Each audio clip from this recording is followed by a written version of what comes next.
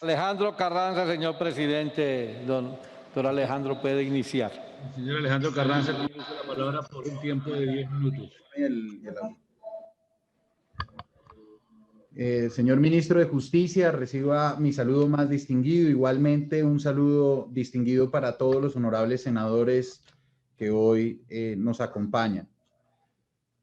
Agradezco esta oportunidad para poder hablar en nombre de todas las víctimas y de las familias que se encuentran perjudicadas por las trampas y por esa violación a los derechos humanos, al debido proceso, generadas por el señor Néstor Humberto Martínez. El día de hoy me acompaña el señor Uriel Moro Urrea, dueño de los supermercados Mercandrea, víctima de las trampas instaladas por el señor Néstor Humberto Martínez para hacer creer a todos que el grupo de las FARC había incumplido el acuerdo de paz, instalando falsos procesos de supuestos testaferros, de forma que se pudiera generar una política, que es de la que voy a hablar, una política que ayudó a la generación de disidencia y a la prolongación de la guerra, obviamente a atacar el acuerdo de paz.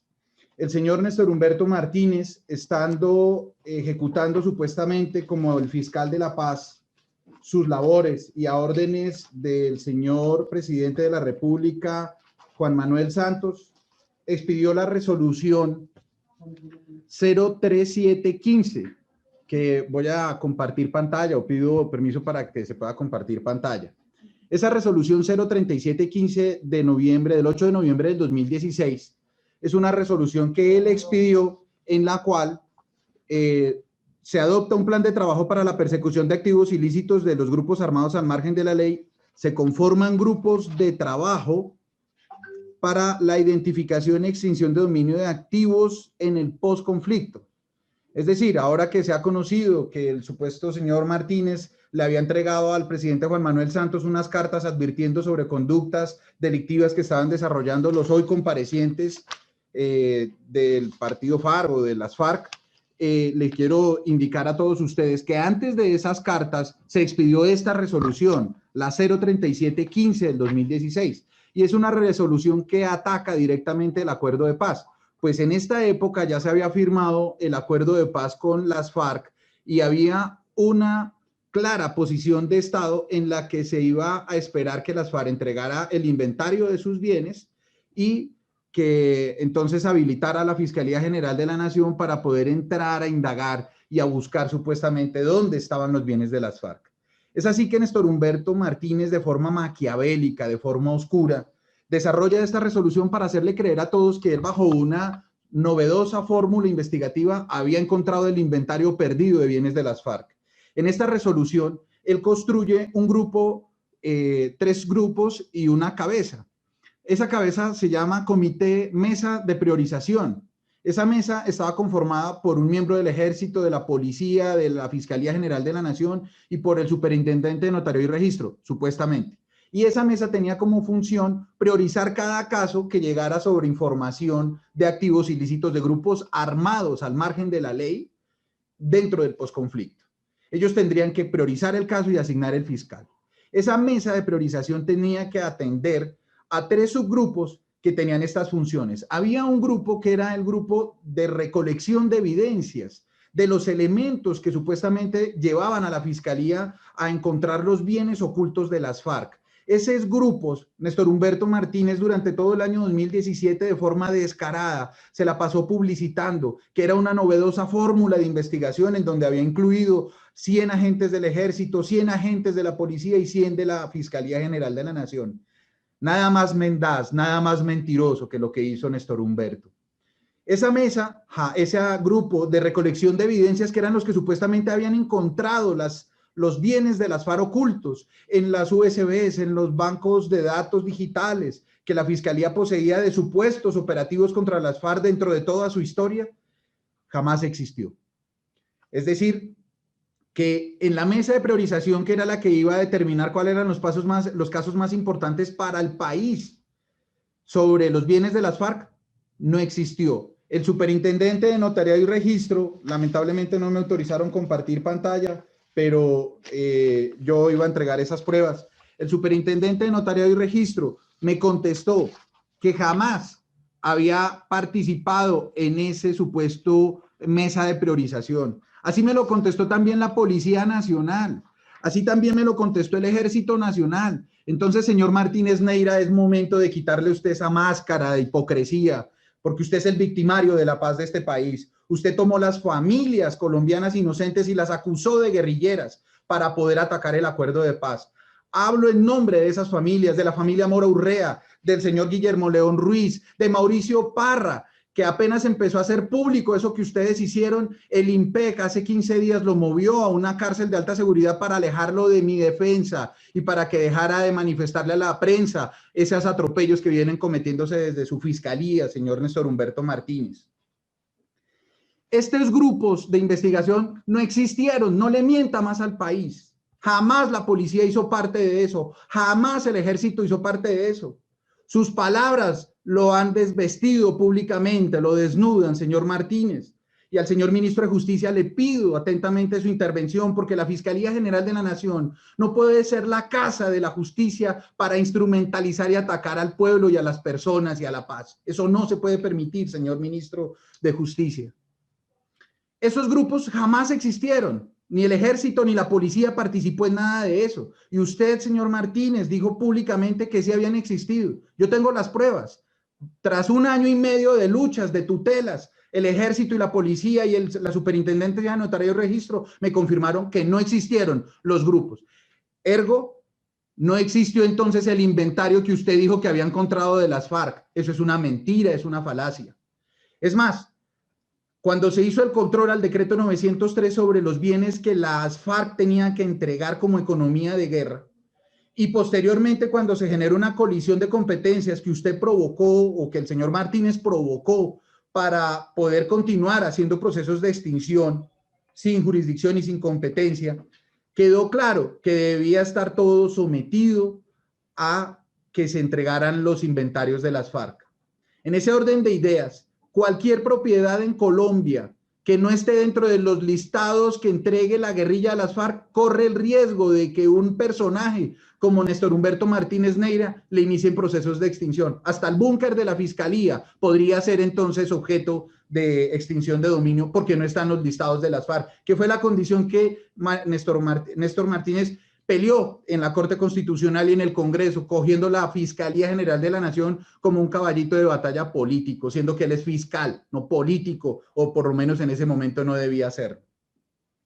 Esos informes que elaboraron de los bienes de las FARC con un grupo que jamás existió, entonces empezó con el señor Mauricio Parra, y allá vertieron las hieles y el veneno de un falso testigo como es Fernando Bamón Céspedes. Y qué curioso que cuando el senador Petro habló de que aquí de otrora se veían esos montajes con el DAS, pues yo tengo que informarle que le asiste toda la razón. El señor Fernando Bamón Céspedes en el año 2008 y 2009 fue el testigo utilizado para generar la FARC política. Y la Honorable Corte Suprema de Justicia, en auto del año 2009, estableció que era imposible que ese señor fuera guerrillero y que ese señor fuera comandante de la zona de despeje, comandante de seguridad. Él había dicho que varios congresistas, como Gustavo Petro, como Almario, Cielo González Villa, Luis Carlos Villa, bueno, un montón de congresistas, que ese señor Fernando Bamón Céspedes lo había visto en la zona de despeje ingresando a negociar votos con la guerrilla. Y él decía que lo veía porque él era supuestamente comandante de la zona de despeje. Pues bien, la Corte Suprema en el 2009 lo desmintió porque encontró que estuvo preso durante toda la zona de despeje. Lo curioso de este caso es que en el año 2013 la propia Fiscalía General de la Nación, una fiscal delegada ante el tribunal, también en el caso de Cielo González Villa, desmintió a Fernando Bamón Céspedes y no lo hizo utilizando el auto de la Corte, lo hizo en una investigación independiente en la que examinó otras declaraciones y testimonios de guerrilleros que dijeron Fernando Bamón Céspedes no es guerrillero. Y entonces se inhibieron de esas investigaciones. La ley de la...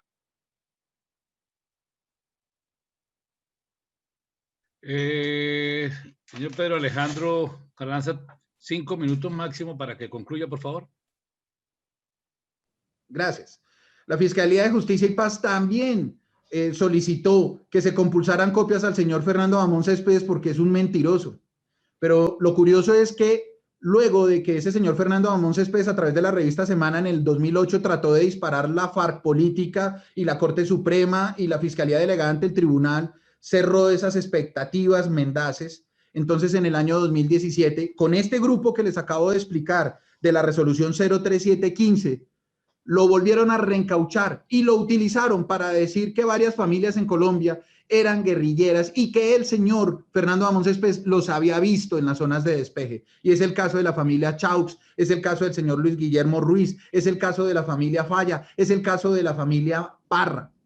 En el caso de la familia Mora Urrea, tengo que informarle a todos que este proceso nace con una orden del DAS.